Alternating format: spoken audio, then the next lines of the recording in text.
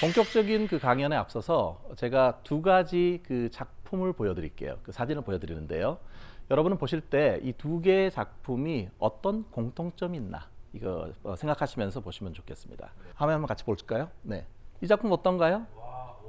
네, 상당히 멋지죠. 예, 이게 상당히 그 여러분 길이가 이게 세로가 2m가 넘고요, 가로는 6m가 넘는 대작입니다. 이게 원래 그 추상 표현주의 미술 선구자인 잭슨 폴록이라고 하는 그 사람이 있거든요. 상당히 표현주의잖아요. 근데 이분이 이 작품을 이걸 만들었어요. 그래서 이게 자기가 사실 만든 그 원래 제목은 뮤럴이라고 하는데요. 벽화란 뜻입니다. 잭슨 폴록의 벽화인데요. 그 사람이 만든 가장 큰 작품입니다. 사실 이 작품에 대해서 상당히 스타덤에 올랐다고 하네요. 예, 두 번째 작품 좀 보겠습니다. 어떻습니까? 저 집이죠. 예, 보시면 어떻습니까? 저 가운데 저기 지금 물이 막 흘러나오고 있잖아요. 근데 저게 인공 분수가 아니에요. 진짜 폭포입니다. 네, 폭포 위에다가 집을 얹어 놓은 거예요.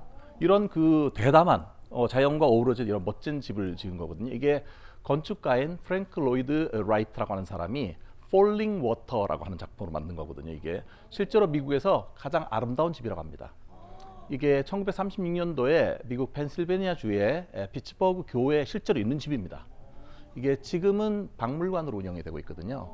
그래서 지금은 거의 그 투어 가이드가 있어가지고 가서 설명해주고 이렇게 하는 멋진 그런 집인데요. 정말 멋진 건축물입니다. 그런데 이 두 작품의 공통점이 뭘까? 여러분 그 이 두 개의 작품의 공통점은요, 이 두 사람이 마지막 순간에 미친 듯이 작업해서 완성한 그런 겁니다. 예, 이게 실제로 이 왼쪽에 있는 그 뮤럴이라는 작품은요, 원래 이게 그 미술계의 그 큰 손이었던 패기 구겐하임이라고 하는 여성분이 있어요. 근데 이분이 이거를 이제 자기 집에 걸 벽화를 주문을 한 거예요. 근데 이 실제로 잭슨 폴록이 반년 동안 물감 하나 칠하지 않았대요. 반년 동안 아무것도 안 그리지 않는 거예요. 예. 예, 그래서 그러니까 도대체 엄청난 그 비싼 그 작품료를 내는 건데, 그래서 그 패기 구겐하임이 화가 난 거죠. 만약에 이 시간 못 맞추면 당신 이거 분명히 위약금 물고 완전 이렇게 한다고 되게 이렇게 위협을 했어요, 으름장을. 그런데 이거를요, 반년 동안 못했던 거 이거를요 하룻밤에 완성한 겁니다. 믿겨지십니까? 실제로 이게 하룻밤에 완성한 겁니다. 네, 순간의 집중력으로. 보통 이제 그런 거랑 비슷하잖아요. 왜? 갑자기 영감이 생겨서 작곡을 20분만 했다 이런 느낌처럼. 네, 그런데 실제로 이게 그동안 그렇게 안 하다가 하루 만에 이걸 한 거예요. 자, 오른쪽에 있는 Falling Water 같은 경우는 어떠냐면, 네, 이건 하루 만에 못 짓죠. 그런데 이제 설계도와 관련된 건데요. 이게 사실 이것도 원래 이걸 빨리빨리 해줘야 되고, 설계도가 일단 나와야 뭐 집을 만들든지 할 거잖아요. 근데 설계도가 나오기까지 9개월 동안 아무것도 안 한 거예요. 그런데 이제 그 고객이 그러니까 설계도 보자고 오는데 한 2시간 전에 이걸 설계도를 그린 거예요, 이렇게. 네, 그래서 만들고 이걸 완성한 겁니다. 네, 이 두 작품 모두 실제로 마감 직전에 이걸 해갖고 만든 거예요. 근데 사실 이 Falling Water라고 하는 거는요, 1991년도에 미국에서 가장 아름다운 건축물로 선정됐습니다. 여러분 딱 보시면은 오, 천재인데 이런 느낌 들잖아요. 글쎄, 마감기에 몰려서 했는데도. 그런데 사실 저는 좀 생각이 다릅니다. 두 사람이 얼마나 마음이 쫄았을까. 왜냐면 이게 위약금 같은 게 엄청나게 큰 거거든요. 차라리 안 그리거나 안 만드는 게 나을 정도라고요. 그러니까 실제로 해야 될 일이 있는데 마음은 타고 있는데 아무것도 안 하고 있는 그런 상황이 주어진 거죠. 예. 여러분도 혹시 그런 때가 있습니까? 뭔가 꼭 해야 될 일이 있는데 마감 직전에 몰려서 막 몰아치기 한 적 있습니까? 여러분 주변 보시면서 이렇게 좀 이렇게 보시는 분들 많은데, 여러분 이렇게 막판에 몰려야만 일을 하는 사람들이 생각보다 많다고 해요. 이런 사람들을 보통 보면 마감의 스릴을 즐기는 사람들이라고 합니다. 뭔가 이게 그 막판에 몰리게 되면 내가 무쌍한 힘을 발휘하는 것 같은 느낌이 드는 거예요. 예, 오히려 막판에 몰려서 막 쪼이는 느낌이 들 때, 이때 마음이 타들어갈 때 이때 살아있다고 느낍니다. 그래서 어떤 분들은 저한테 얘기할 때 왼편으로부터 뭔가 쫙 타고 오는 이 느낌이 좋다는 거예요, 되게. 실제로 저 보면은 청소년들 중에서 성적이 제법 좋은 학생들 중에서도요, 막판에 초치기 하는 학생들 되게 많습니다. 실제 보면 머리가 좋아서 초치기 해도 기억해도 충분히 성적이 잘 나오잖아요. 근데 이게 습관이 들게 되면은요, 나중에 대학 가서 성적이 떨어져요. 대학교 오면은 그 난이도 높아지잖아요, 실제로. 이렇게 단순한 기억력으로 못하게 되는데, 어쨌든 여러분 혹시 여러분 중에 그 막판의 스릴을 즐기는 분들 한 가지 좀 기억하시면 좋겠습니다. 건강검진 자주 받으셔야 됩니다. 건강검진을. 왜냐하면 이 막판에 몰리게 됐을 때 나는 뭔가 이게 쫙 타는 느낌이 좋지만 몸도 같이 타는 거거든요. 그래서 심장이나 혈관계통에 이게 안 좋은 거예요. 그래서 실제로 이런 경험을 하는 사람들이 그렇지 않은 사람에 비해서 심장과 혈관계통의 질환에 걸릴 확률이 3배가 높다는 연구 결과가 있습니다. 너무 이걸 하시면 안 되고요. 사실 제가 그동안에 이제 학교에 한 20년 가까이 저 대학생들과 같이 하는데요. 주로 이제 보고서 같은 거를 많이 이제 과제로 줍니다. 요즘은 이제 보고서 과제를 주게 되면 특정한 날에 자정까지 이거를 이렇게 파일을 탑재하게 돼 있거든요. 근데 뭐냐면 딱 12시가 넘어가게 되면 이거를 아무리 해도 파일을 올릴 수가 없어요. 그러면 0점 처리를 합니다. 예외 없이. 상당히 위험 부담이 큰데 여러분 한 3개월 전쯤에 실제 이런 사람들 있잖아요. 그 보고서 내야 된다는 공지를 하고 중간에 친절하게 리마인더도 여러 번 줍니다. 그런데 학생들이 언제 제일 많이 내는지 아십니까? 당연히 마감 당일날 많이 냅니다. 예, 마감 당일날 많이 내면 괜찮은데 학생들 중에 절반 가까이가 11시 50분부터 냅니다. 11시 50분 괜찮아요. 11시 50분은 한 10분 남아 있잖아요. 이게 충분히 파일 클릭하면 되는데 그 중에 3분의 1은 11시 57분부터 냅니다. 11시 57분부터. 아직 괜찮아요. 3분 남아 있잖아요. 3분 안에 들어가서 이렇게 클릭하고 이게 뭐 하면 충분히 가능하거든요. 근데 놀랍게도요. 11시 59분에 내는 학생이 적지 않습니다. 이런 학생들 뭔가 승부사 이거 완벽주의자 같잖아요. 보면은 오탈자 많아요. 마지막 순간에 막 이렇게 59분 했는데 그런데 더 놀라운 신인류가 있습니다. 제가 한 20년 가까이 매 학기마다 한 번도 없었던 적이 없던 신인류는 뭐냐면 저한테 개인적으로 이메일을 보낸 학생들이 있어요. 예, 상당히 긴 이메일 받습니다. 상당히 기구한 사연들이 많이 담겨 있습니다. 눈물 없이 읽을 수 없어요.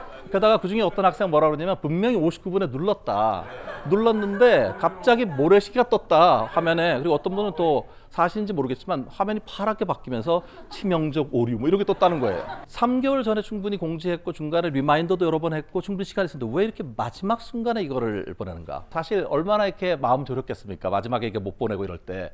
실제로 망한 케이스들이 되게 많았고 또 하나는 이런 학생들이 조별 모임 같은 걸 하잖아요. 그러면 조별 모임도 각각의 어떤 기한 같은 게 있을 거잖아요.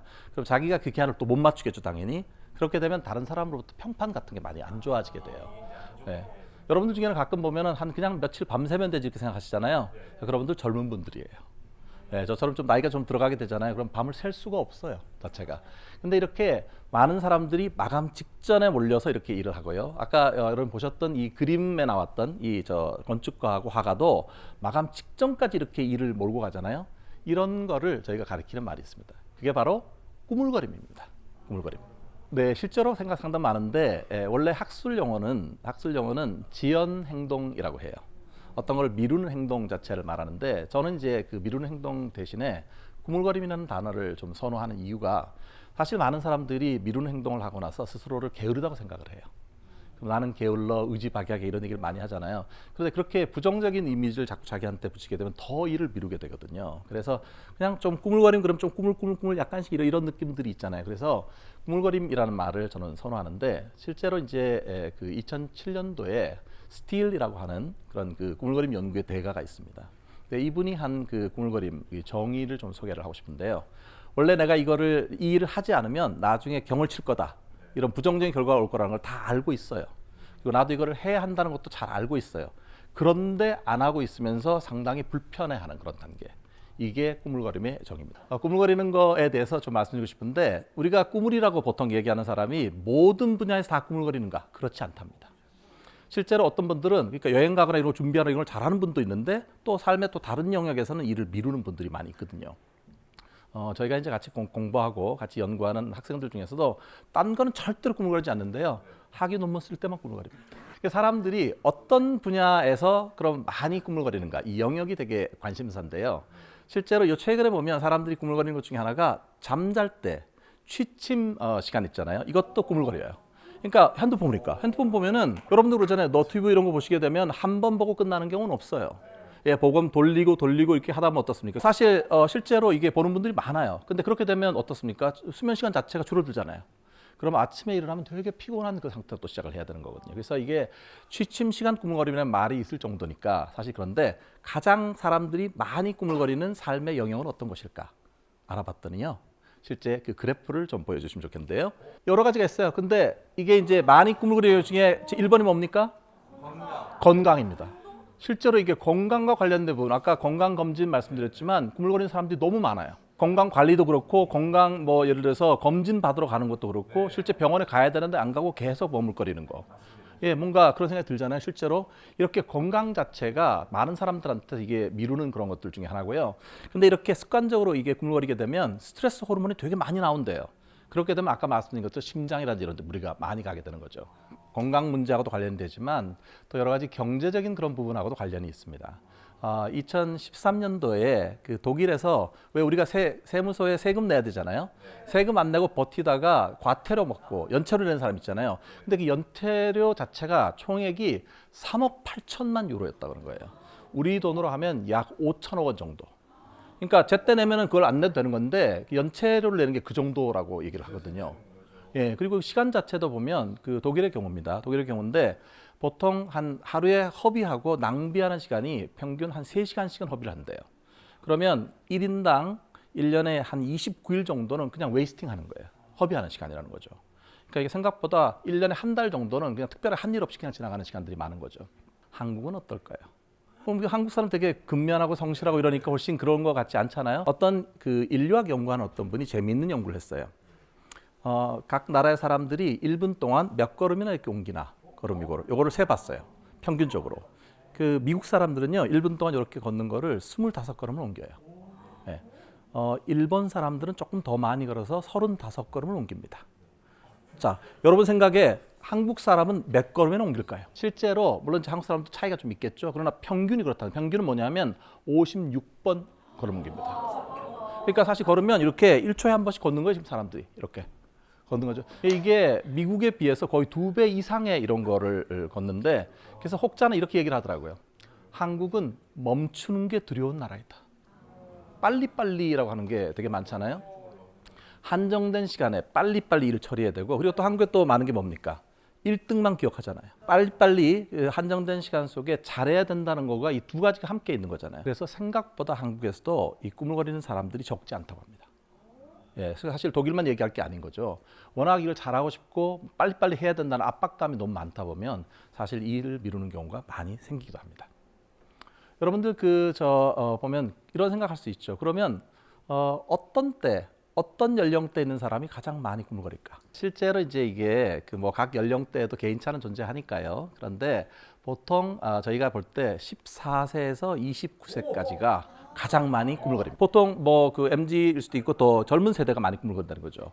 왜냐하면 그때가 보통 젊을 때는 자기 하고 싶은 거 되게 많잖아 이런 게 많은데 나이가 들어갈수록 사람들이 경험이 많아지게 되잖아요. 그러면 성실성이라고 하는 게 조금씩 늘어난대요. 예, 그래서 보면 그 노인분들이 일을 미루는 경우 거의 없어요. 그러니까 실제로. 근데 얼마나 이제 사람들이 그러면 꾸물거리는가 이게 연구를 해봤잖아요. 보통 그 한국에서 대학생들 대상 한 뭐 600명 이상 이렇게 연구를 해보면요, 절반인 50%는 실제로 시험 볼 때 그 전에 꾸물거린다고 얘기를 하고요. 되게 고통스럽대요. 그리고 대학생들 같은 경우에 한 30% 정도는 보고서를 늦게 내서 여러 가지 불이익을 당한 적이 있다 이렇게 얘기를 했어요.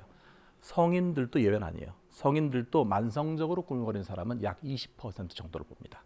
그러나 특히 지금 말씀하신 것처럼 사춘기 자녀들 같은 경우에 실제 학원 안 가고 뭐 어디 안 가고 계속 꾸물거리는 게 생길 수 있거든요. 그때 여러분이 잘 들어보셔야 돼요. 어떤 게 혹시 불만이 있는지 이런 거를 들어주는 게 되게 중요해요. 어떤 부분이 있구나 하는 거를 부모님이 아시게 되면 그런 행동 같은 거 좀 달라질 수도 있죠. 네. 실제 많은 분들이 일을 이렇게 미루게 되는데요. 이렇게 일을 이렇게 미루게 되면요, 여러 가지 부정적인 결과들이 많아요. 제가 연구를 해보면 꾸물거림하고 상관이 상당히 높은 것들이 우울 그리고 불안, 실제로 어떤 약물 사용 이런 것도 훨씬 더 높아진다고 합니다. 실제로 할 일 있는데 일 안 하고 있으면 계속 뭐 술 마시고 이런 것도 생길 수 있잖아요. 그 다음에 또 어떤 분들은 자기 스스로가 되게 자기를 많이 비난을 하고 이렇게 스스로를 채찍질하는 분들 되게 많아요. 예, 그러다 보면 어쨌든 이게 꾸물거림이 우울이나 불안하고 되게 관련성이 되게 높잖아요. 높은데 실제로 그 우울이 꾸물거림이 그 불안과 관련이 있다라고 하는 것을 단편 소설에서 찾아볼 수가 있습니다. 러시아의 대문호였던 도스토옙스키라고 하는 분이 있잖아요. 이분이 쓴 단편 소설이 약한 마음이라는 게 있어요. 근데 저는 제목을 좀 바꿔야 될 것 같아요. 매우 약한 마음. 어떤 사람이냐면 하위급 공무원이었던 바샤 슌코프라는, 이름 발음하기 되게 어려워요. 바샤 슌코프가 그러니까 실제로 보면 그 되게 좋은 상태예요. 회사에서도 상사의 총애를 받고 있고요. 또 최근에는 자기가 흠모했던 그런 그 여인과 약혼을 한 상태예요. 그러니까 이게 상당히 좋으니까. 그런데 이제 그 설이 다가오고 있는데 그 전에 그 상사가 너 일 잘하니까 내가 좀 너한테 경력에 도움될 수 있는 일을 하나 더 줄게. 3주 안에 이 일을 하면 너한테 상당히 플러스가 될 거야. 이렇게 얘기를 했어요. 근데 보통 이제 그럴 경우에 자기가 이제 뭐 새해 가야 되고 예비 처갓집도 가야 되고 바쁜 일정이 있잖아요. 그러면 보통 좀 죄송합니다, 어렵습니다 이렇게 말할 것 같은데, 이 사람은 이게 나한테 도움이 되고 나한테 잘해주는 상사가 이걸 하니까 거절을 잘 못했던 거예요. 그래서 이거를 턱 받았어요. 한 3주면 할 수 있을 것 같아요.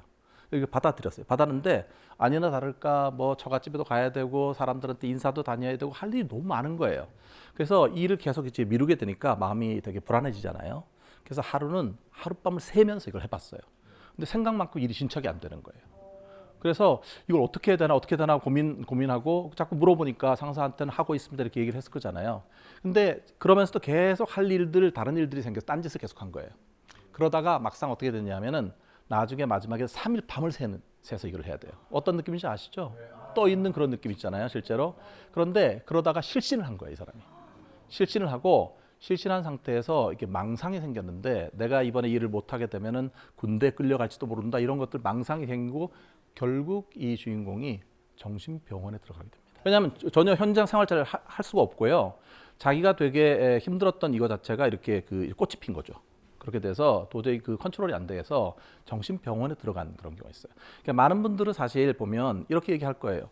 아니 그냥 좀 이렇게 우선순위를 달리해서 그 예비 처갓집의 얘기를 하면서 이렇게 말할 수 있는 거잖아요. 지금 이게 좀 많이 바쁘니까 새해 인사는 좀 나중에 드릴게요 이렇게 할 수 있는데, 이분이 이런 걸 안 하니까 어떤 사람들은 이렇게 얘기를 하는 거예요. 시간 관리를 잘못하는 거다. 우선순위를 잘못 잡은 거다 이렇게 얘기를 하잖아요. 과연 꾸물거림이 시간 관리의 문제일까요? 표면적으로는 그래요, 보면은. 그런데 제가 생각할 때는 이게 꾸물거림이 단지 시간 관리의 문제라기보다는 사실 사람들이 꾸물거릴 때 심리적으로 고통을 되게 많이 받거든요. 왜냐하면 일을 안 하고 있다고 해서 마음 편하는 거 아니에요. 내일 시험 공부해야 되는데 안 하고 있으면서 되게 불편한 마음도 많이 겪잖아요. 이 불편한 감정을 잘 조절 못하는 거, 이게 사실은 꾸물거리는 사람들에게 중요한 문제입니다. 그래서 이렇게 말씀드리고 싶어요. 꾸물거림은 우선순위나 시간 관리의 실패 문제라기보다는 부정적인 감정을 잘 조절하지 못한 결과이다. 감정 조절을 잘하는 거, 이게 되게 중요하거든요. 자, 여러분들에게 그 꾸물거리는 사람과 꾸물거리지 않는 사람들 어떤 차이가 있을까라고 하는 걸 심리학 연구 결과를 좀 보여드리겠습니다. 자, 제가 이제 그 어떤 연구를 소개하냐면, 여러분 폴란드에 있는 심리학자들이 재미있는 연구를 했어요. 절대로 꾸물거리지 않는 일반인들하고 만성적으로 꾸물거리는 꾸물거리하고 어떻게 둘이 다른가 하는 연구를 했는데요. 어떻게 하냐면 사람들을 불러요. 같은 동수를 미리 이제 사전 검사를 해갖고 꾸물이와 꾸물이지 않는 사람 부른 다음에 과제를 줬는데, 그 과제 여러분 혹시 청기 백기 게임 아십니까? 근데 이거를 컴퓨터로 하는 거예요. 그러니까 청기 올려면 이거 누르고 이렇게 하고. 그러면 이게 어떻습니까? 실제로 이걸 했을 때 해보면은 정답을 누르는 경우도 있고 틀린 답을 누를 수도 있잖아요. 근데 이거를 그냥 하면 재미가 없으니까 조건을 2개로 나눈 거예요. 한 조건에서는 내가 정답을 맞출 때마다 연구자가 1,000원씩을 줘요. 돈이 생기는 보상 조건이 하나가 있고요. 한쪽은 처벌 조건인데, 그 처벌 조건에서는 내가 미리 맡겨놓은 돈에서 내가 틀릴 때마다 내 돈이 1,000원씩 빠져나가는 거예요. 이렇게 보상 조건일 때와 처벌 조건일 때 꾸물거리는 사람과 꾸물거리지 않는 사람이 실제 보이는 행동 패턴이 다르다고 합니다. 이 그래프를 좀 보면 좋을 것 같아요. 여러분 보시면 꾸물거리지 않는 일반인이 지금 노란색이고요. 꾸물거리는 사람은 빨간색입니다. 보시면 보상받을 때는 이 Y축은 문제풀이에 걸린 시간이에요. 오히려 누가 더 빨리 풉니까? 꾸물거리는 사람이 오히려 보상 조건을 놓으면 훨씬 펄펄 나는 거예요. 보상받을 때 신나잖아요. 근데 그게 역전되는 거가 처벌 조건에 들어가서 내 돈이 지금 나가게 되는 위협 상황이 되잖아요. 그럼 어떻습니까? 훨씬 더 이게 오래 걸려요, 자체가. 보통 왜 여러분들이 이제 어떤 사람 같이 일을 하는데 저 사람이 되게 일을 꾸물거려서 민폐가 될 때 보통 어떻게 합니까? 너 다음부터 제대로 해야 돼, 반드시 시간 맞춰야 돼, 이렇게 위협감 주잖아요. 그럼 어떻게 됩니까? 여러분 생각에는 일을 열심히 할 것 같죠? 근데 그렇지가 않아요. 훨씬 더 꾸물거리거나 잠수 탑니다. 그러니까 실제로 꾸물거리는 사람들을 불안하게 만들지 말라, 이런 얘기 있는 거죠. 이런 그 사람이, 이 그림은 뭐냐면 좀 더 쉽게 설명드리면은 이게 여러 번 계속 틀린 거예요. 계속 눌렀는데 이제 계속해서 띵띵띵띵 틀린 답이 계속 눌렀어요. 그러면 보상 조건에 있는 경우에는 실제로 별로 영향을 많이 안 받아요. 왜냐하면 보상 조건에서는 어차피 내 돈 나가는 건 없는 거잖아요. 그런데 처벌 조건일 때 어떻습니까? 보시면 아까와는 달리 이번에는 꾸물거리지 않는 사람들은 좀 신중한 모드로 돌아서는데 반해서 꾸물거리는 사람들은 정말 미친 듯이 빨빨 누르는 거예요, 이거를. 왜 그럴까요? 왜냐면 지금 돈이 땅땅땅 나가고 있고 점점 이렇게 불안수준 올라가게 되잖아요. 그러니까 나중에는 그냥 될 대로 누르는 거예요. 되는 대로 되고 이렇게. 그러니까 그러면은 결국 일을 하는 수행의 질이 엉망이 되는 거예요. 그래서 생각보다 꾸물거리는 사람들이 실패가 반복되게 되면은 그 다음엔 충동적으로 변한다는 것을 알 수 있습니다. 이게 충동적으로 변한다는 건 자기가 감정 조절을 더 잘 못하게 될 거고 실제로 앞으로 더 꾸물거리게 된다는 것을 말하는데요. 만약에 이게 꾸물거림이 기질적이고 성격적인 거라면 모든 부분에서 꾸물거려야 되잖아요. 근데 여러분도 어떻습니까? 여러분이 좋아하는 어떤 취미 활동이나 이런 것들은 꾸물거리지 않잖아요. 실제로. 그러니까 이게 물론 영향성이 기질의 일부 영향이 있고 또 상황도 영향이 있을 것 같은데 저는 이제 이 꾸물거림이라고 하는 거가 우울한 사람한테 힘내라든지 또 수능 시험 보는 조카한테 불안해하지 말고 차분하게 시험 잘 봐 이런 거 사실 그 마음은 되게 따뜻한 마음이지만 별로 도움이 안 돼요. 불안한 사람한테 불안해하지 마 이렇게 말을 하는 게 오히려 더 불안하게 만든다는 결과들이 많이 있습니다. 꾸물거리는 거 일단 한 가지만 좀 짚고 가겠는데요. 이 꾸물거리는 사람들이 실패가 반복되게 되면 아까 그 연구에서 봤지만 충동적으로 변합니다. 근데 제가 왜 충동을 강조하냐면 충동성이라고 하는 것이 특히 안전사고 발생과 관련이 있어요. 예, 보면은 만성적으로 사고 치는 사람들, 뭐 만성적인 음주운전하는 분들 이런 분들에 대해서 심리학자들이 연구를 한 게 있거든요. 그런 사람들은 도대체 어떤 사람들이냐, 어떤 특성이 있느냐 이렇게 물어보면 1번이 충동적인 성향이 많은 사람. 만성적으로 사고가 생기는 거죠. 두 번째는 아주 사소한 규칙이라도 규칙을 자꾸 어기는 사람이 있어요. 다 같이 1시에 오기로 했는데 1시 5분에 늘 오는 사람 있잖아요. 이렇게 사소하지만 그 룰 자체를 자꾸 깨트리려고 하는 사람. 세 번째는 좌절 상황에서 짜증을 많이 내는 사람들. 즉 좌절에 대한 인내심이 약한 사람. 이 세 가지가 함께 있으면 실제로 사고 발생 확률이 높다고 하네요. 가끔 보면 왜 이렇게 늦게 오는 사람 있잖아요. 늘 똑같이 30분씩 늦는 분. 저도 그런 경우 있었는데 어떤 모임에서 한 사람이 계속 늦어요. 계속 30분씩 늦는 거예요. 시간을 바꿔봤어요. 저 12시에 만나기도 하고 5시에 만나도 30분 늦어요. 그러니까 그런 사람들을 바꾸려고 하면 여러분의 삶이 되게 힘들어져요. 그 서른 전에는 보통 사람들이 아직까지 정체성이 확립이 덜 됐잖아요.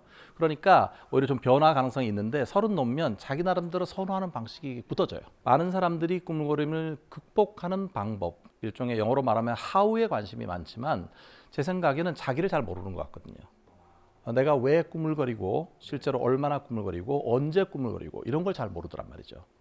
그래서 여러분들 좀 돌아왔습니다마는 여러분들이 얼마나 꾸물거리는 사람인지 한번 체크를 하고 가는 시간을 좀 가지도록 하겠습니다. 이거는 그 시사 주간지 포커스라고 하는 독일의 시사 주간지인데요. 거기서 꾸물거림을 진단하는 10개 문항을 제시를 했는데 그 중에 저희가 이제 연구팀에서 5개로 줄여놓은 겁니다. 자, 보시면은요. 이렇게 나는 마감 기한이 닥쳐 일을 시작한다부터 미루는 성격 때문에 개인적으로든 업무적으로든 손해를 본 적이 있다까지 5개인데 여러분 마음속으로 점수를 매겨보세요. 점수는 1점부터 5점까지 있는데 1점은 전혀 그렇지 않다.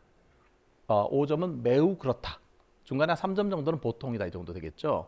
그러면 이 5개 점수를 마음속으로 한번 더해보세요. 이 5개. 점수 범위는 5점부터 25점까지일 수 있습니다. 여러분 한번 숫자를 한번 더해 보시면 좋을 것 같은데요. 여러분 이게 실제로 여러분 그 저 내용들을 뭐 웹에도 많이 검색해 보면 많이 나오는데 여러분 가족이나 이렇게 한번 해보세요. 해보시면 만약에 사춘기 자녀분들 같은 경우에 17점 이상인 경우는 이때는 조금 이렇게 학습 상담이나 이런 걸 하시면 좋아요. 실제 시간 관리 스킬 배우는 것도 필요하고요. 이게 사람들은 이렇게 어느 정도 꾸물거리는가. 그 다음에 실제로 언제 꾸물거릴까? 이것도 사람마다 다양한 개인차가 존재한답니다. 피터 골위처라고 하는 학자가 사람들이 꾸물거리는 단계를 크게 5개로 나눴습니다. 5개 단계인데요. 첫 번째는 계획하는 단계에서 일을 미루는 사람이 있습니다. 계획 잘 안 세우는 그런 사람이 있죠. 보시면 두 번째는 계획은 세웠지만 일을 막상 시작을 안 하는 착수 단계에서 일을 미루는 사람이 있고요. 사실 가장 많은 빈도는 여기 있습니다. 일을 시작하는 데서 힘들어하고요. 그럼 세 번째는 일을 시작하긴 했는데 지속적으로 잘 못하는 사람이 있는 거예요. 이런 분들은 보면 그 컴퓨터 같은 거 작업할 때도 보면 작업 표시줄에 많이 띄워놓고 그다음에 일할 때도 이것도 보고 저것도 보고 이런 분들이 많거든요. 그러다 보면 지속이 안 되는 게 있고요.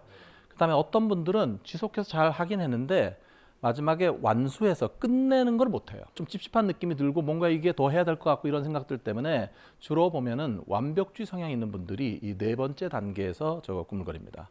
그리고 마지막 5단계는 실제 이 과정을 거친 다음에 스스로를 평가하는 단계가 있는데요. 꾸물이는 대개 어떻게 평가할까요? 또 망했어. 이번 생에는 또 망했어. 이렇게 되는 거죠. 주로 후회하는 그런 거가 되게 많습니다. 근데 여러분 이걸 보시면은 이 중에서 어디가 보통 우리가 시작이 반이다 이런 말이 있죠. 저는 오늘부터 그 말을 좀 바꿔야 된다고 봅니다. 시작이 반이다라는 말은 시작의 중요성을 알리는 거니까 충분히 이해가 되는데 저는 이렇게 말씀드리고 싶어요. 시작은 92%이다. 그게 왜냐하면 실제로 이렇게 실험을 해보면요. 1주차 때 어떤 일을 해야 될 일이 있어요. 근데 이걸 1주차 때 일을 안 한 거예요. 그러면 다음 주에 그 일을 실제로 할 확률이 얼마나 될까? 처음에 좀 미룬 사람이 두 번째 주에 그 일을 할 확률은 8%밖에 안 됩니다. 실제로 92% 사람은 일을 미루고 나서 그 일을 안 한다는 얘기예요. 다음 주에. 근데 처음에 만약에 어떤 일을 한 사람들은 그 다음 주에 일을 할 확률이 80%라고 합니다. 그렇기 때문에 시작이 반이 아니라 시작은 90% 이상이다. 이렇게 생각하셔야 되는 거예요. 여러분도 잘 시작해 주실 거죠? 네. 예, 대답하시는 데는 전혀 구물거리지 않으시네요. 자, 여러분들 같이 시간 보내서 감사한데 저 실제로 사람들은 그러면 이번에 왜 꾸물거릴까 이런 거를 좀 얘기하는 시간인데 실제로 사람들이 이렇게 미루는 것 중에 하나가 보면 여러분 저 2023학년도에 수학능력고사 있었잖아요. 수능 보는데 원래 수능은 학생들한테 일생일대 중요한 그 날이잖아요. 그러니까 늦고 싶은 사람은 아무도 없어요. 이미 그 전에 좀 일찍 나가고 교통체증 생각하고 그래서 왜 경찰이신 분도 주변에 도와주고 하잖아요. 근데 작년에도요. 실제로 늦게 와서 경찰차를 탄 사람이 168명이나 있어요. 물론 늦지 않고 충분히 시간 될 거라고 생각했겠죠. 그리고 아예 그 수험표 자체를 안 갖고 와갖고 실제로 그런 사람도 13명이나 있었다고 하네요. 그러니까 생각보다 이렇게 중요한데 왜 그럼 이렇게 미루는 일이 생길까? 아마도 이런 분들은 현실 감각은 좀 없는 거예요. 그러니까 이 정도 하면 되겠지라고 생각하는 거잖아요. 이런 사람들을 보통 비현실적인 낙관주의라고 합니다. 비현실적인 낙관주의자. 그러니까 이 정도 하면 되겠지. 한 2시간이면 충분히 갈 수 있을 거야 이렇게 생각했는데 실제로 훨씬 많이 걸리는 그런 경우죠. 근데 많은 사람들이 이렇게 자기 나름대로의 어떤 그 현실감 이런 거를 가진 것처럼 뭔가 이 꾸물거리는데도 여러 가지 유형들이 존재를 해요. 사실 오늘 제 후반부에 말씀드리고 싶은 거가 바로 이건데요. 나는 어떤 사람인가? 나는 왜 꾸물거리는가? 여기에서 사람마다 개인차가 존재하는데 5가지의 성향이 실제로 사람들에게 꾸물거리는 것과 관련된다고 합니다. 정확히 어떤 한 사람이 딱 한 가지 유형만 가지는 건 아니기 때문에 유형이라기보다는 그런 성향 자체가 5가지 종류가 있다고 말씀드리고 싶은데요. 이게 첫 번째는 뭐냐면은 첫 번째는 지금 말씀드린 것처럼 낙관주의형이긴 한데 상당히 비현실적인 스타일이에요. 한 2시간 하면 되겠지 싶은데 실제로 해보면 10시간씩 걸리는 그런 사람도 있잖아요. 이런 사람들이 왜 그럴까? 낙천적인 사람들은 사실은 좋은 거예요. 왜냐하면 미래에 대해서 긍정적인 생각을 갖고 있으니까. 그런데 현실감이 없어도 정말 없는 분들이 있어요.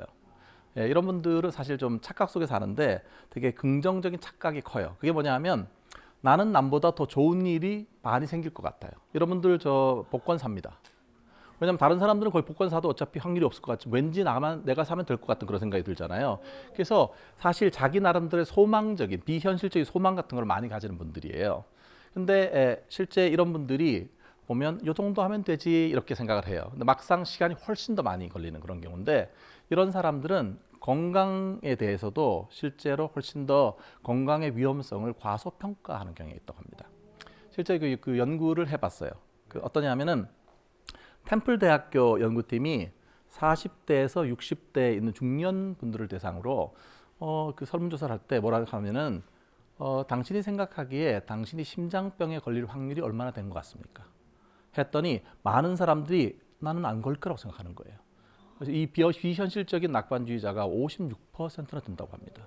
그래서 실제로 이 사람의 왜 그 신체적인 어떤 그 질환 지수라든지 여러 가지 이런 걸 정보를 입력한 다음에 실제 그 심장병에 걸릴 확률을 계산한 거 하고 이 사람의 자기가 얼마나 걸릴 건지 이거를 물어봤던 거하고 해보면은 한 20%에서 한 40% 정도를 더 낮게 보는 거예요. 실제는 심장병에 걸릴 확률이 높은데도 더 낮다고 생각을 하고 있는 거죠. 근데 이런 분들이 되게 2가지 특징이 있어요. 하나는 어떤 과제를 할 때 거기에 걸리는 시간을 상당히 낮게 과소평가하는 특성이 있고요. 또 하나는 뭐냐면은 너무 빨리 판단해요. 뭐 이런 얘기 하는 분도 있어요. 벼락치기 하면 이 3일이면 쌉 가능하겠다. 요거 보니까 뭐 자료 정리만 하면 되는구나 이렇게 생각하는 거예요. 자료 정리만 하면 되는 거로 이렇게 생각하는 사람들이거든요. 근데 이렇게 비현실적인 낙관주의자들이 주로 많이 사용하는 단어가 있어요. 그게 뭐냐면 어쩌면 아마도 뭐뭐 할 때쯤 이런 말을 많이 사용합니다. 저는 전에 옷을 받아야 되는데 오늘 갈 거예요 얘기를 했어요. 오늘 저녁에 10시가 다 됐는데 연락이 없어요. 오늘 갈 거예요. 알아보니 이 옷을 받아야 되는데 없어요. 나중에 11시에 받았어요. 오늘 안에는 자기 입장에서 오늘 간다는 말은 틀린 말은 아닌데 저는 오늘이라고 생각하면 보통은 적어도 한 오후 정도로 올 거라고 생각하잖아요. 근데 실제로 이거를 11시까지 기다려서 받은 적이 있어요, 실제로. 보면 이렇게 그 사람이 어쩌면 그리고 아마도 그때쯤 이렇게 말을 하게 되면 다른 사람들이 상당히 그 불편함을 많이 겪어야 되는 거죠. 이런 사람들이 있는데 이런 사람들이 자기 나름대로 보면은 그 한편으로는 어떤 할 거야 아마 그때쯤 할 거야 이렇게 말하지만 실제로 그 일이 이루어지지 않을 가능성이 훨씬 높거든요. 그래서 이렇게 비현실적으로 이렇게 하고 어쩌면 이렇게 말하는 사람들 같은 경우에는 이게 자꾸 반복되게 되면은 다른 사람들 신뢰도가 많이 떨어질 수가 있잖아요. 그래서 좀 더 좀 좋아지려면 저는 이제 두 가지를 좀 이런 분들은 생각하는 게 좋아요. 나는 그냥 뭐 그런 것도 괜찮은 것 같지만 다른 사람은 되게 속이 미칠 것 같은 그런 느낌이잖아요. 그러니까 이 어쩌면 아마도 뭐뭐쯤 이런 말들은 좀 줄이는 게 좋아요. 줄이고 내일 뭐뭐 할지도 몰라 이렇게 말하지 말고 내일 언제 하겠다. 내가 몇 시에 가겠다. 이렇게 말을 하는 게 되게 중요한데 실제로 여러분 이거를 자기가 이렇게 선언을 하는 게 되게 중요해요. 이 공개 선언 효과라는 게 있거든요. 이게 뭐냐면 내가 어떤 일을 하겠다라고 하는 거를 내 지인한테 이렇게 확언하듯이 얘기를 해놓는 거예요. 해놓으면 내일 9시에 내가 저걸 할게 이렇게 선언을 해놓으면 다음날 실제로 그 일이 일어날 확률이 훨씬 높다고 하네요. 그러니까 책임감 같은 게 생기니까 실제로. 근데 이거를 여러분도 만약에 다이어트 같은 거 하실 때도 보면 이런 사람들은 아마 뭐 글쎄 한 10kg는 빼지 않을까 실제 못 빼거든요. 근데 이럴 경우에도 내가 몇 월 며칠 세 달 안에 얼마를 빼겠다 이렇게 확언을 하게 되면은 실제로 그게 일어날 가능성이 높다고 합니다. 그게 실제로 스포츠 심리학에서도 그렇답니다. 스포츠에서 이게 그 성과를 높이기 위해서 실제로 연습량만 많이 늘리는 경우보다 내가 어떤 걸 하겠다라고 이렇게 확신감을 갖고 밖으로 소리내서 얘기를 하는 거, 실제로 성과를 높이는 경우가 있다고 하네요. 또 하나는 이제 이런 분들 같은 경우는 원래 그 비현실적이니까 현실감을 높이려면은 어떤 일을 하기 전에 이 일이 얼마의 시간이 걸릴지 미리 예상해 놓고 그 다음에 그 일이 끝난 다음에 실제로 소요된 시간 같은 거를 재서 이 둘의 간극을 좁히는 연습을 해야 돼요.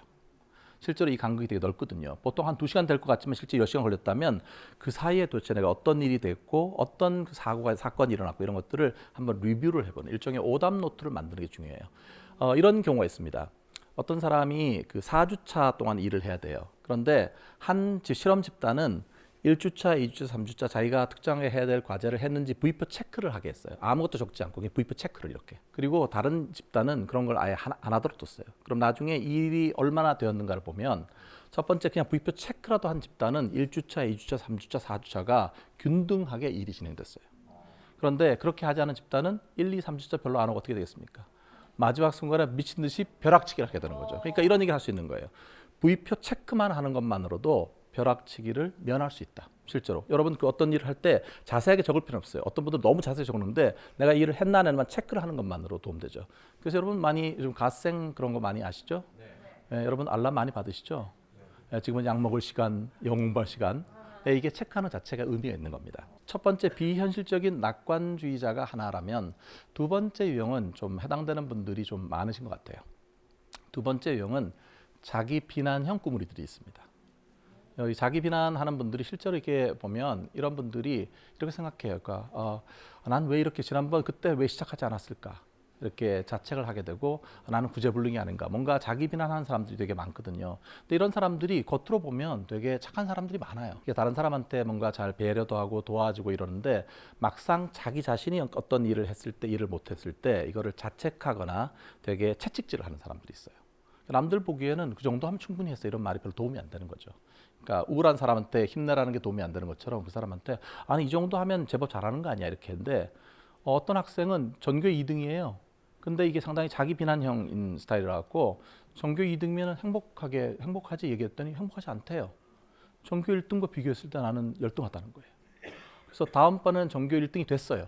이번엔 행복하겠다 박수 이렇게 얘기했더니 행복하지 않대요.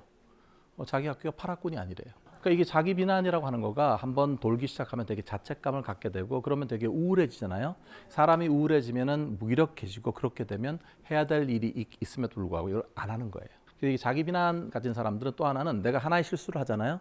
하나 실수한 거 그것만 보면 되는데 나라는 사람 전체가 실패했다고 생각을 해요. 실제로 그 머리가 좋고 되게 이런 사람들의 경우도 이게 그런 경우 되게 많거든요. 그래서 보면은 나는 노답이야 이렇게 말하는 사람이 있고요. 되게 이런 사람들이 많이 느끼는 감정이 죄책감입니다. 여러분 그 죄책감이 우울의 척도인 거 아세요?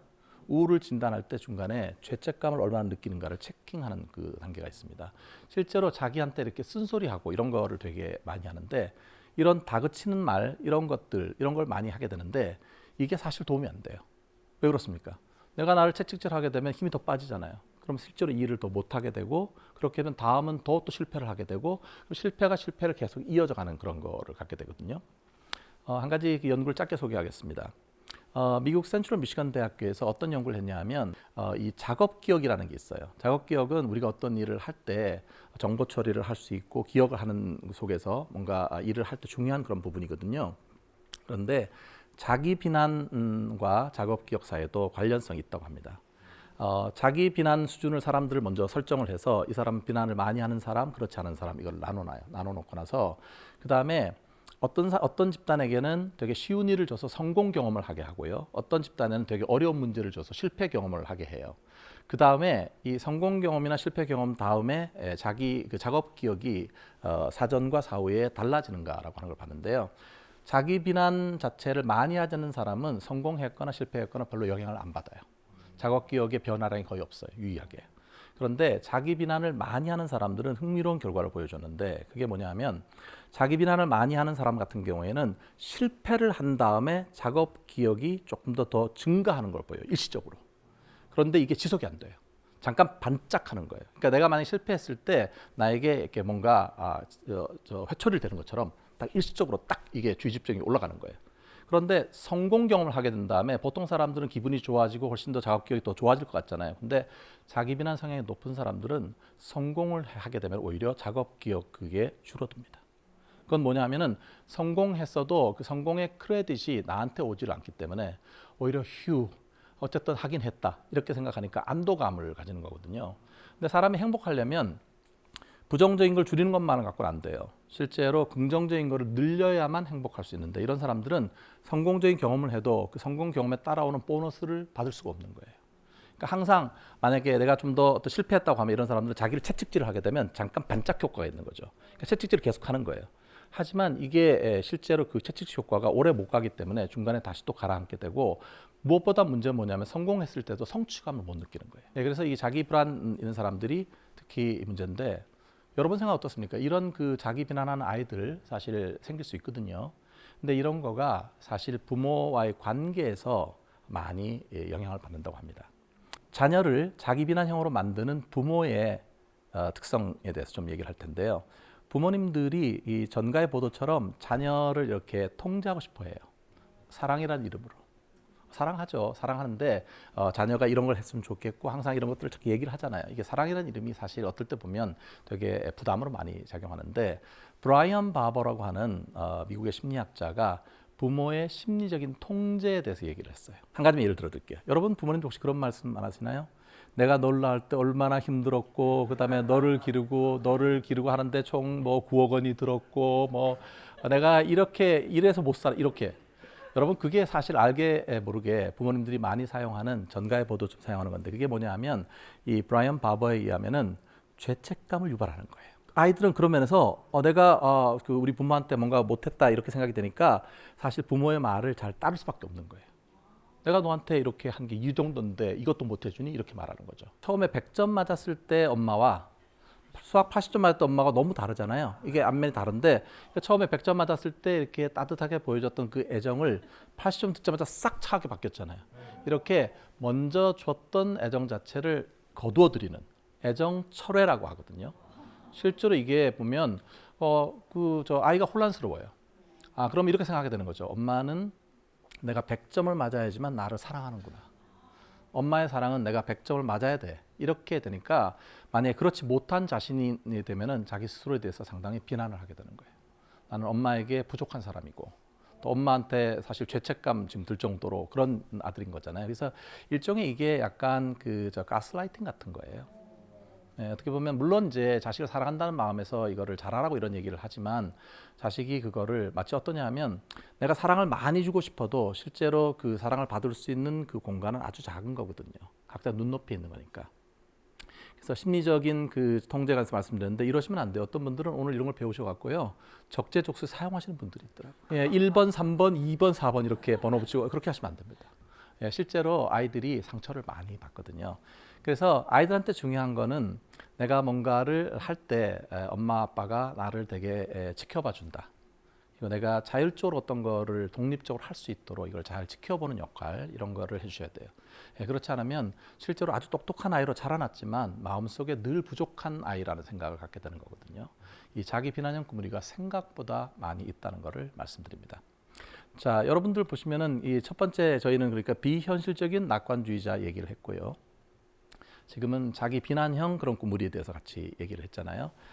실제 이 그 부모님에 의해서 자기 일 자체를 자꾸 미루게 되는 사람으로 자란 문학하는 사람이 있었습니다. 프란츠 카프카 혹시 아십니까? 카프카 혹시 사진을 좀 보면 좋을 것 같은데요. 예, 그 프란츠 카프카가 이 보시는데 상당히 이렇게 좀 어떻게 보면 행복해 보이진 않잖아요. 예, 이분의 그 저 대표적인 그 저 소설이 변신이라는 게 있죠. 변신. 바퀴벌레로 이렇게 변신을 해가지고 그런데 정말 마음 아픈 건 뭐냐면 내가 바퀴벌레가 되는데도 여전히 출근해야 된다는 압박감을 느끼고요. 실제로 직장에서 뭔가 일을 잘못해서 그것 때문에 쓸모없는 존재가 아닌가 이런 거를 생각하는데 그게 카프카 자기 자신을 반영하는 것 같이 보입니다. 원래 이 카프카는 유복한 집에서 자라났는데 아버지가 사업을 하고 되게 저 외향적인 사람인 것 같아요. 근데 카프카는 되게 감수성도 많고 되게 어떻게 보면 이렇게 여리고 이런 스타일의 사람이라서 아버지 입장에서는 그런 게 못마땅한 거예요. 그래서 항상 마음에 안 들 때마다 폭언을 하고 이렇게 돼서 늘 위축되고 이런 거를 했어요. 그래서 아버지 뜻을 따라서 법학을 전공하긴 했어요. 박사학위까지 했거든요. 근데 법학을 전공하고 자기가 하고 싶었던 어떤 노동일, 그런 낮에는 노동일을 하고 밤에는 법과 관련된 일을 하고 또 글을 쓰고 이런 거를 했어요. 근데 이 카프 같은 경우에 이 그 저 보면은 자기가 실제로 어떤 그 영감이 떠오를 때까지 계속 미루게 돼 있어요. 그래서 심지어는 책상 위에다가 이렇게 종이를 써놨어요. 기다려라. 생각이 떠올 때까지. 이런 사람이었는데 이 사람이 실제로 저 상당히 힘들어하고 이런 과정들을 거치면서 40세에 요절합니다. 예, 그 뛰어난 그 작품을 쓴 사람이 40이 돼서 실제로 그 아버지에 대한 상처 이런 것들을 극복을 잘 못했던 것 같아요. 되게 안타까운 그런 건데요. 이분이 그 저 장편을 3개를 남겼어요. 뭐 소송이라든지 성이라든지 실종자 이런 것들 장편을 실제로 장편이면 상당히 많이 써야 되는 거잖아요. 이 3가지 장편에서 이 사람이 보인 특성이 혹시 뭔지 혹시 짐작하십니까? 실제로 이 3가지 작품 모두의 특성이 마무리가 안 된 거예요. 예, 보통 이제 소송 이 작품은 결말을 쓰긴 썼는데 아직도 미완성이고요. 나머지 성이라든지 또 실종자 이런 거는 아예 끝마치를 못했어요. 그러니까 워낙 스스로가 엄격한 기준을 자기가 내면화해서 이걸 했는데 막상 그런 것들을 잘 극복하지 못한 거죠. 그래서 어떻게 보면 참 안타까운 거. 이런 천재가 더 오래 남아서 좋은 작품을 했으면 하는 그런 아쉬움이 있습니다. 이런 분들은 실제로 그 마무리 이거를 할 때 또 자기 검열을 많이 하거든요. 그러니까 뭐냐면 이게 제대로 쓴 건가 이런 거를 그 하나하나 다 이렇게 보고 하다 보면 진척이 잘 안 돼요, 이게. 그러니까 어떤 분들은 그 모니터 같은 데도 쓰면은 이걸 마지막에 썼다 지웠다 썼다 지웠다 이런 걸 많이 한단 말이죠. 자체가 마음에 들지도 않고. 근데 이런 분들은 사실 일단 써야 돼요. 그게 죽이 되든 밥이 되든 일단 이걸 쓰는 게 되게 중요합니다. 써놓고 나서 그럴 때 사실 주변에 있는 분들이 좀 봐준다든지 이런 거 주변 도움을 좀 받는 게 도움이 돼요. 자기 혼자 갖고 있으면 계속 이걸 붙잡고 있으면서 스스로 내가 이렇게도 잘 못 쓴다니 이렇게 생각하면서 계속 이게 힘들어질 수 있거든요. 그때 주변의 그 서포트가 되게 중요한 겁니다. 이런 사람들은 특히 그리고 또 슈드가 되게 많아요. 그래서 저희가 상담을 하게 되면 반드시 뭐뭐 해야 된다라고 생각하는 게 얼마나 많이 있는지. 이게 세상에서 뭐뭐 하면 좋은 거지 반드시 해야 되는 것은 없거든요. 근데 이런 분들은 특히 당위적인 생각을 많이 합니다. 그래서 이런 분들 같은 경우에는 내가 좀 더 하고 싶은 거에 대해서 얘기를 했는데 저는 보통 이런 분들 같은 경우에 해야 하는 거 리스트하고 하고 싶은 거 리스트를 적어보라고 해요. 그러면 해야 된다는 거가 20개 적으면요. 하고 싶다는 건 2개밖에 안 적어요. 실제로 하고 싶은 걸 적지 못하고 늘 기대되는 걸 해야 되기 때문에 그래서 어떻게 하냐면 내가 해야 된다는 걸 하나 적을 때마다 하고 싶은 거를 2개씩 역으로 적게 해요. 비율을 바꾸는 거죠. 네, 1대2로. 그러니까 내가 해야 하는 건 많이 생각해내거든요. 그리고 잘 못했다는 자책감을 많이 느끼니까 내가 해야 한다는 걸 하나를 적었으면 이쪽에 하고 싶다는 건 반드시 2개를 적게끔 1대2의 비율로 이걸 적게 해요. 생각보다 근데 좋은 거 하고 싶은 거 적게 하잖아요. 적으면 이런 분들은 잘 못 적어요. 뭐 중간에 그리고 뭘 좋아하세요? 이렇게 얘기하면 그냥 뭐 저는 뭐 음악 듣는 거 좋아해요. 이렇게 얘기해요. 근데 사실 이런 거를 적는 거는 별로 좋아하는 거하고 관련이 없어요. 음악 듣는 거 좋아한다. 우리가 보통 많이 하는 얘기잖아요. 근데 저는 그 적을 때 어떻게 말씀을 드리냐면 나는 브람스가 피아노를 위한 협주곡, 4대 피아노를 위한 협주곡, 어떤 거에 몇 악장에 뭐를 누가 연주하는 걸 좋아한다. 자기가 좋아하는 건 상당히 구체적으로 적어야 돼요. 보통 우리가 뭐 맥주 마시는 걸 좋아한다 그러면 그냥 맥주 마시는 걸 좋아하는 게 아니라 내가 금요일 날 어느 때쯤 해가 어떻게 걸렸을 때 한강 둔치 어디에서 어떤 브랜드의 맥주를 나는 마시는 걸 좋아한다. 왜냐하면 나라고 하는 사람과 똑같은 사람은 딱 한 사람밖에 없어요. 근데 그 자기가 실제로 좋아하는 것들을 갖기보다는 해야만 하는 것에 너무 많은 시간 동안 이거를 갖고 있는 거죠. 그래서 그거를 해야 되는데 한 가지는 이런 분들은 또 마이너스를 줄이기 위해서 너무 많이 시간을 보내요. 내가 잘 못할까 봐 이거를 지우려고 노력 많이 하잖아요. 근데 그렇게 해도 행복하지 않아요. 오히려 행복하려면 마이너스를 줄이는 것만으로는 도움이 안 되고요. 플러스를 늘려야 하는 거예요. 이게 실제 보면은 심리학에서는 이거를 마이너스를 줄이는 거, 실수하지 않으려고 하고 좋은 성적이 안 나올 거 걱정하고 이런 것들을 예방 초점이 활성화되어 있다. 그러니까 손실 같은 걸 방지하려고 노력을 많이 하는 거잖아요. 근데 그것만으로는 행복하지 않다는 거예요. 긍정 심리학의 가장 중요한 거가 찬물을 끈다고 부정적인 걸 줄인다고 행복해지지 않는다는 거예요. 행복해지려면 나는 뜨거운 물을 켜야 되는 거예요. 이 뜨거운 물을 켜야 그러니까 여러분도 어떻습니까? 여러분이 사실 보면 하루에 24시간이잖아요. 그렇지만 우리는 사실 24시간을 다 사는 게 아니에요. 한 8시간 정도 여러분 잠을 주무셔야 되잖아요. 그러면 우리 인생은 3분의 2만 살고 있는 거예요. 나머지는 잠자는 시간이니까. 근데 그 남아있는 3분의 2 시간 동안 지금 여기 얘기한 것처럼 해야만 한다는 일이 너무 많아요. 예, 여러분 나오시려면 샤워도 해야 되고 이도 닦아야 되고 밥도 먹어야 되고 그다음에 옷도 좀 깔맞춤 맞춰야 되고 많잖아요. 또 오셔갖고 여기서도 여러분도 또 일을 하는 거잖아요. 이게 자체가. 그런데 이렇게 질문 드리고 싶어요. 오롯이 정말 나 자신을 위해서 쓰는 시간이 몇 시간 있는가? 24시간 동안. 여러분 몇 시간 있습니까? 혹시 여러분 스스로를 위해서 하는 일이 있습니까? 근데 생각보다 우리가 해야만 하는 일을 하는데 너무 많은 시간을 보내고 있어요. 여러 가지 어떤 분야든 전문가, 되게 마스터 수준의 전문가들이 보이는 가장 공통적인 특성이 하나가 있답니다. 그게 뭐냐면 새로운 걸 배우는 걸 좋아한답니다. 여러분 그 지금 돌아가 생각해 보면 결국은 그러니까 이 자기 비난형 꾸물이 이런 분들 같은 경우에 자기를 비난할 요소를 찾자면 너무너무 많은 거예요. 근데 자기에게 뭔가 자기를 뜨겁게 할 수 있고 실제 자기가 좋아하고 잘하고 이런 것들을 찾아가는 거가 쉽지 않지만 그게 되게 소중한 거라는 거를 말씀드립니다. 저희는 이제 그 5개 유형 중에 3번째, 원래 절반이 넘어가면 상당히 수월합니다. 3번째는 현실 저항형 꾸물이 있는데 여기 그런 분들 좀 있을 수 있습니다. 보통 좀 이렇게 약간 좀 반항아 기질이 있는 분들 있죠. 뭐 하라 그러면 안 하는 그런 사람 있죠. 약간 전문 용어로 말하면 좀 개김성 있는 분들. 현실 저항성에서 실제 직장에서도요. 그 내가 마음에 들지 않는 상사가 나한테 일 시키잖아요. 그러면 대놓고 못 하겠다는 말은 못 하니까 어떻게 하면 은근히 천천히 하고 태업을 해요. 태업을 하면서 이렇게 얘기하죠. 네가 시켰지만 난 안 하고 있지롱 이렇게. 여러분 그게 그 저 직장인만 그런 건 아니에요. 아이들도 보면요. 왜 그 풀어야 되는 일일 학습지 같은 거 있잖아요. 요거를 시키는데 이게 너무 많은 거예요. 풀어야 되는 게. 그러면 애들이 어떻게 하면 은연중에 몇 개를 숨겨요. 숨기고 나서 엄마한테는 이거 안 왔어요. 이렇게 얘기를 해요. 이렇게. 이게 뭐냐면 이게 대놓고 뭘 못하겠다는 말은 못하지만 소심하게 이렇게 자기가 안 하고 이렇게 반항하는 거거든요. 근데 이런 사람들을 보통 그래서 심리학에서는 약간 수동 공격적인 성격을 갖고 있다. 보통 영어로 패시브 어그레시브하다 얘기를 하는 건데 가장 많이 드러나는 것 중에 하나가 이런 분들 직장에서 어떤 게 있냐면 마음에 들지 않은 사람이 있으면요. 겉에서는 되게 나이스하게 얘기를 잘해요. 뒷담화를 합니다. 그 나중에 깜짝 놀라 그 사람이 나한테 그런 얘기를 했어 이렇게 놀라게 되는 경우가 생겨요. 겉으로 이걸 다 드러나게 되면 당연히 불이익을 받을까 봐 겉에서는 문제 없어 이렇게 얘기하는데 나중에 이렇게 익명으로 적어내게 되면 신랄하게 적어내는 분 있잖아요. 이렇게 그 수동 공격적인 분들이 생각보다 많이 있습니다. 근데 이제 보면은 그 이런 사람들이 있어요. 혹시 저 패널 분들은 어떨지 모르겠는데 이게 처음에는 되게 협조를 하는 것 같이 보여요. 역시 나가서 열심히 일을 하는 것처럼 보이는데 좀 시간이 지나면 은근히 빼면서 딴 일 있다고 빠지면서 나중에 서서히 빠져나가는 사람이 있는 거예요.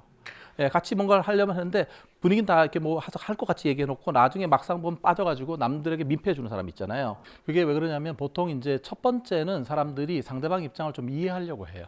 그 사람 나름대로 무슨 일이 있겠지 이렇게 이해를 해요. 근데 비슷한 게 두 번 반복되면 약간 의심의 누처리 같은 게 올라오잖아요. 세 번이 되면 의심이 아니라 확신이 드는 거예요, 이 사람에 대해서. 그래서 보통 삼진아웃, 스트라이크 삼진아웃처럼 이렇게 얘기를 하는 사람들이 많은데 실제로 사실 나도 계속 손해 볼 수는 없잖아요, 그 일을 하다 보면. 그러다 보니까 한 세 번 정도 하게 되면 대충은 좀 피하게 되거나 이렇게 될 수밖에 없거든요. 이게 수동 공격적인 사람들이 사실 겉으로 볼 땐 잘 몰라요. 겉에는 되게 나이스하게 하고 뭔가 협조적 이런 걸 보여주는데 이런 사람들은 또 특히 변명거리를 대는데 아주 능수능란하거든요. 근데 이게 뭐 물론 부분적인 진실도 있겠죠. 뭐 그런 경우 있죠. 그런 사람들 나중에 그때는 그렇게 말했잖아. 그러니까 그때는 그런 마음이었던 걸로 이해해줘. 그래서 그런 사람들이 놀랍게도 변명거리를 101가지는 될 수 있는 사람들이에요. 이 수동 공격적이라는 게 상당히 흔합니다. 그래서 옛날에는 이게 정신 질환의 편람이 있거든요. 통계 편람, DSM이라고 하는 편람이 있는데 옛날에는 이게 하나의 장애로 들어가 있었는데 하도 많이 사람들이 빈번하다 보니까 장애에서 빠졌어요. 예, 주변에 생각보다 이런 사람이 많다는 거죠. 어떤 사람들은 은근히 그렇게 하는 경우도 있어요. 실제로 이게 피해라고까지 말하기도 좀 애매한데 은근히 이렇게 소극적으로 일을 사보타지하는 일종의 태업을 하는 사람들이 있거든요.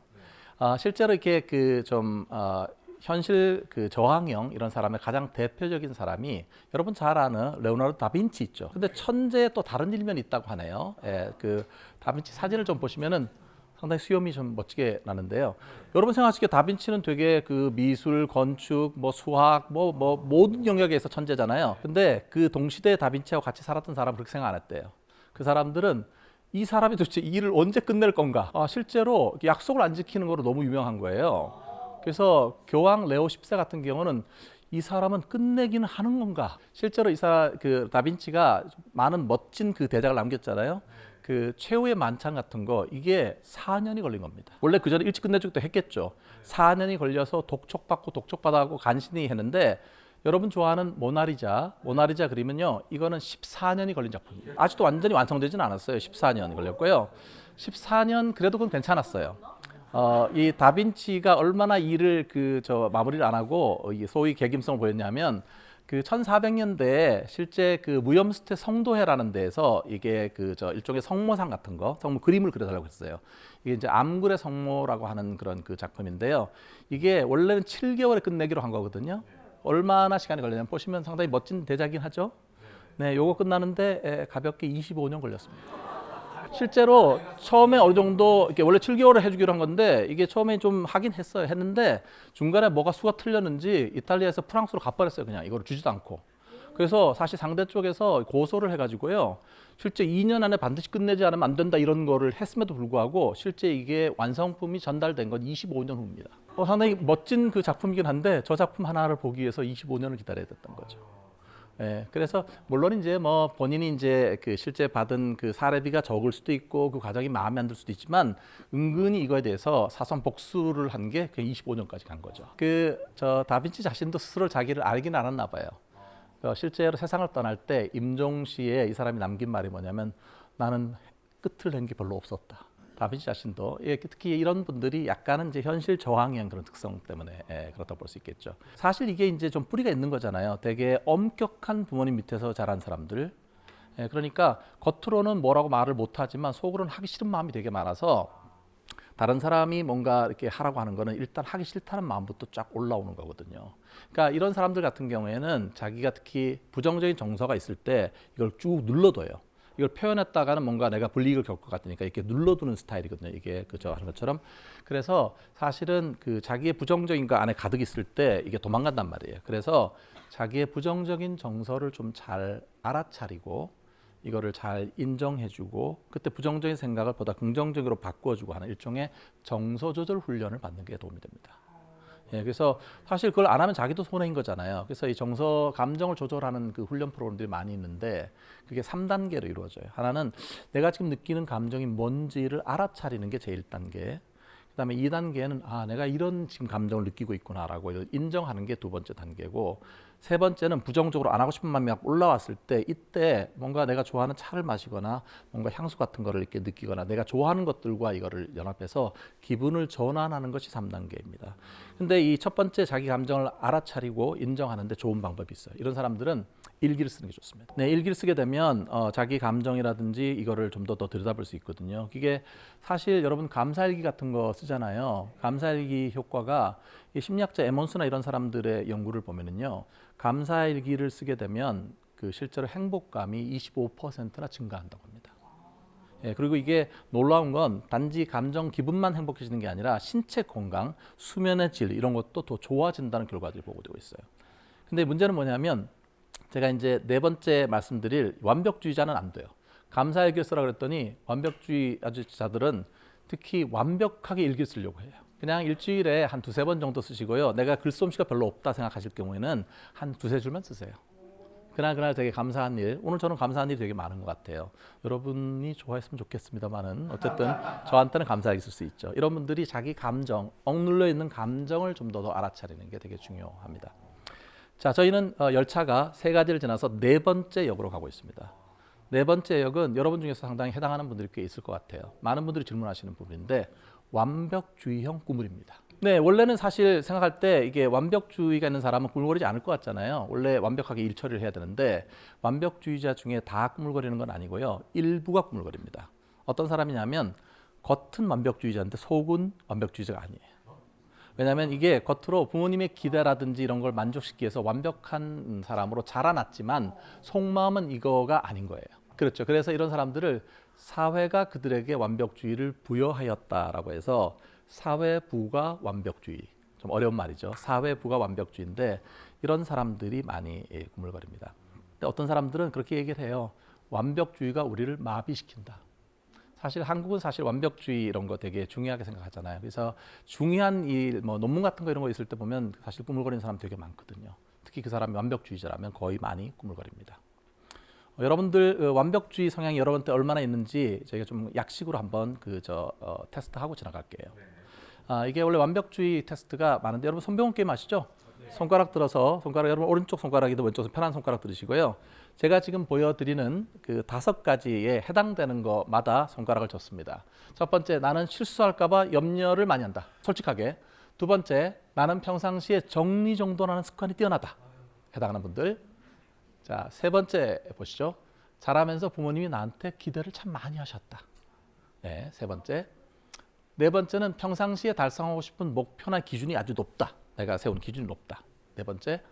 마지막 5번째는 어떤 일을 하고 나서 이거 제대로 한 거 맞아? 이렇게 자꾸 의심하는 경향이 있다. 어떻습니까? 자, 여러분 중에 혹시 5개 다 접으신 분 있습니까? 축하드립니다. 5개 몇 분 계시죠? 자, 4개 이상 접으신 분들. 네, 축하드립니다. 완벽주의자이십니다. 네. 자, 하나도 안 접은 분. 완벽주의와 담을 쌓으신 분들입니다.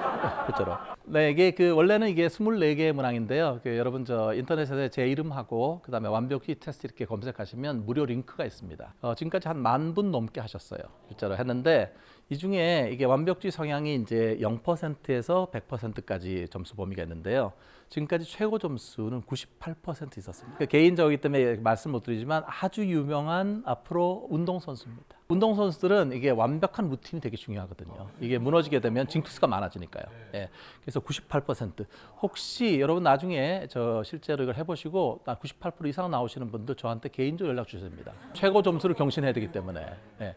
원래 이게 완벽한 성향이 많은 분들일수록 결과 중심이에요. 예, 사실 어떤 그런 거 있죠. 왜 어떤 군부대 앞에 가면은 결과로서 과정을 입증한다.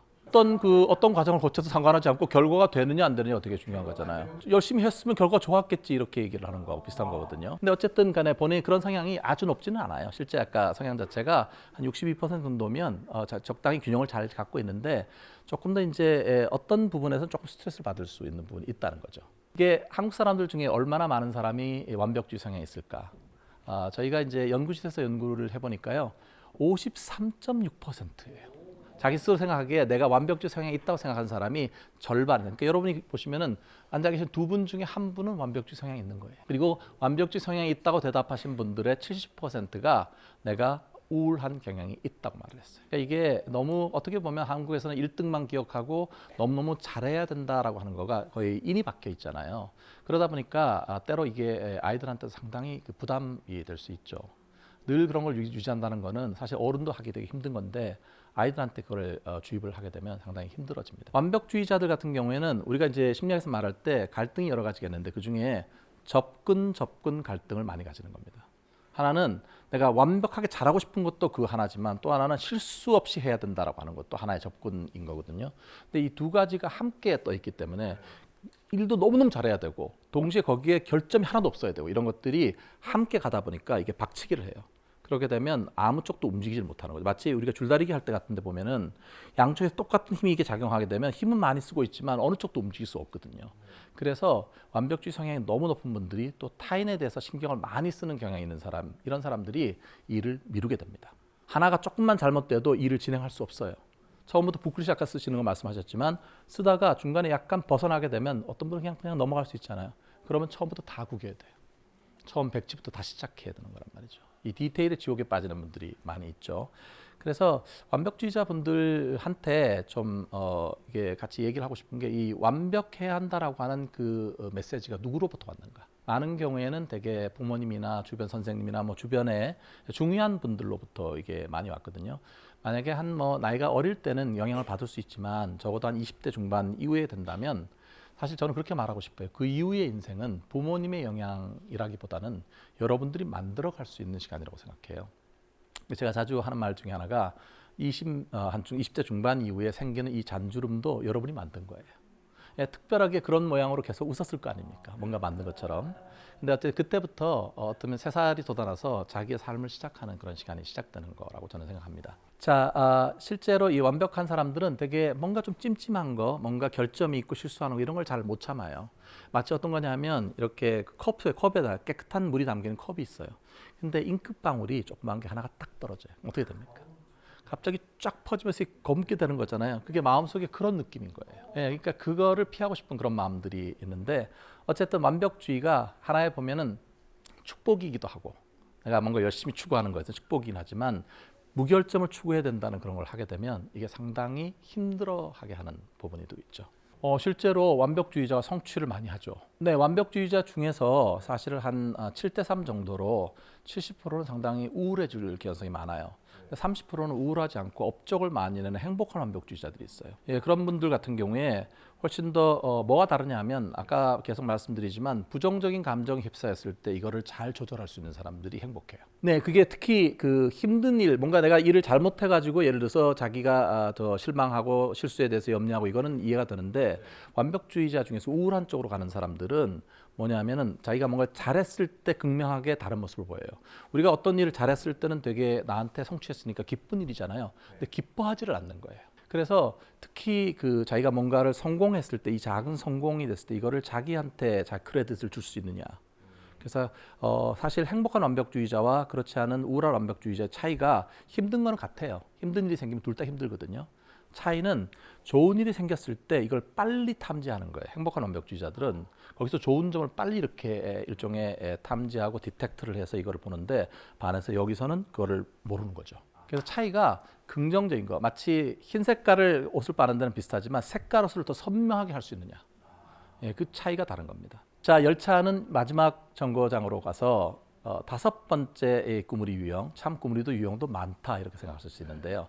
마지막 유형은 자극 추구형입니다. 예, 뭔가 이렇게 신기하고 새로운 거 이런 거 추구하는 거 정말 좋아하는 사람도 있어요. 예, 근데 이 꾸물 그림 유형은 앞에 말한 4가지 유형과 다른 점이 뭐냐면 시작하는 건 어려워하지 않아요. 오히려 시작하는 건 너무너무 좋아요. 새로운 거 하게 되고 뭔가 신기한 거 이러면 즉각적으로 가갖고 일을 많이 벌립니다. 많이 벌리고 3일 천하예요. 3일 정도 하게 되면 이게 완전히 실증 나게 되잖아요. 보통 보면은. 그러니까 이런 자극축을 하는 사람들 중에 여러 가지 개인차가 되게 많은데 어떤 분들이 있냐면 이게 그 너튜브나 이런 걸 볼 때도 되게 쇼츠나 릴스 같은 거 이런 거 있잖아요. 이런 거를 보는 분도 있고 어떤 분들은 요 그 몇 분 몇 초 요걸 그것만 보는 분도 있거든요. 딱 이렇게 이게 길게 이렇게 볼 수가 없어요. 길게 보면 이제 지루해지고 반복되면 실증 나는 거거든요. 처음 일은 시작은 창대했어요. 하지만 끝은 졸렬할 수가 있는 거죠. 실제로 그 어떤 방송 이런 걸 하는 분들은 오히려 그런 게 필요하죠. 왜냐하면 딱 이걸 캐치를 할 수 있어야 되니까. 그런데 이런 분들 중에서 보면은 어떤 분들은 되게 이렇게 그 익스트림 스피치 스포츠 이런 거 좋아하는 분이 있어요. 극한의 이런 것들을 좋아하는 분도 있고요. 그래서는 안 되겠지만 또 어떤 분들은 남들이 하지 말라고 하는 금기를 어길 때 쾌감을 느끼는 사람이 있습니다. 그런 경우는 좀 멀리 해야 되겠죠. 또 새로운 거 보면 되게 이렇게 너무너무 좋아하는 사람이 있고 또 어떤 분들은 반복되는 건 싫어해요. 반복되면 되게 실증나고 되게 지치고 이런 사람이 있거든요.